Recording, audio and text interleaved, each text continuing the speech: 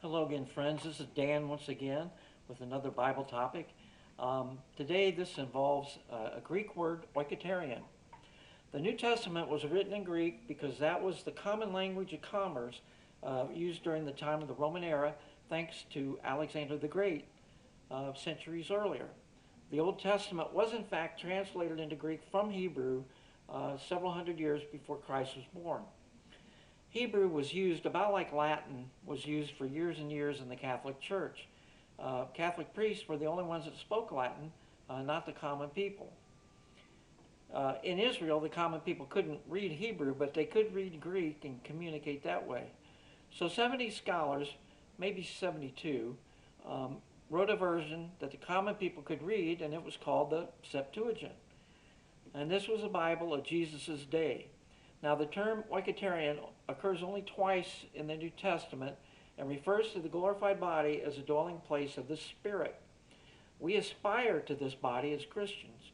In Jude 6, it talks about the angels that sinned, and they disrobed from this oiketerion, and they took daughters of Adam.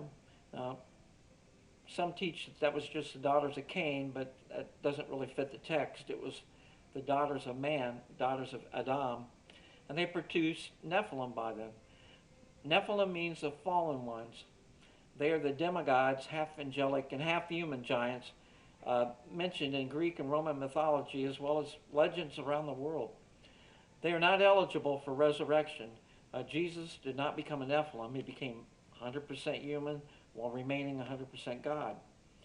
Now, these spirits of the Nephilim after death remain on earth. They're very territorial, and many of us believe that they are the demons. Fallen angels have embodiment. They can become totally solid. They can eat, participate in combat. They don't need to possess people. Demons always seek to possess a person or an animal. They have no body. Now, these 200 watcher angels, like I said, they disrobed from oiketerion, and they came down. Now, L.A. Marzulli, a Christian author and filmmaker, has called it Satan's kamikaze mission. Satan took a third of the angels, so he's outnumbered, and this may have been done to increase his troop size. These fallen angels polluted the gene pools of almost every human and animal except those that made it to the ark. Noah, his wife, sons, and their wives, and the pure animals, which God led to the ark. And by the way, it's not just two of every, it was 2 of the unclean and 7 of the clean animals. Now these fallen angels that sinned are currently in chains in Tartarus, which is described as being as far below Hades as heaven is above the earth. It's pretty far. These angels will be released for a short time to wreak havoc for the last 3.5 years of the tribulation, the 7-year period.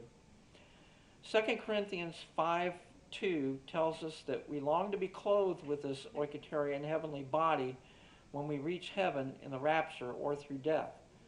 The passage that angels don't marry in heaven doesn't mean that they can't engage in mischief, especially without their oiketerion. It just says that they don't marry in heaven. There's also dispute among scholars as to whether the phrase translated, they took wives, I mentioned this in the last video, should be they took women, because they didn't really function as traditional wives. They just used them for procreation. So anyway, that covers it for today, but there's much more in the links below. Always check out the links for the real information. May God bless you.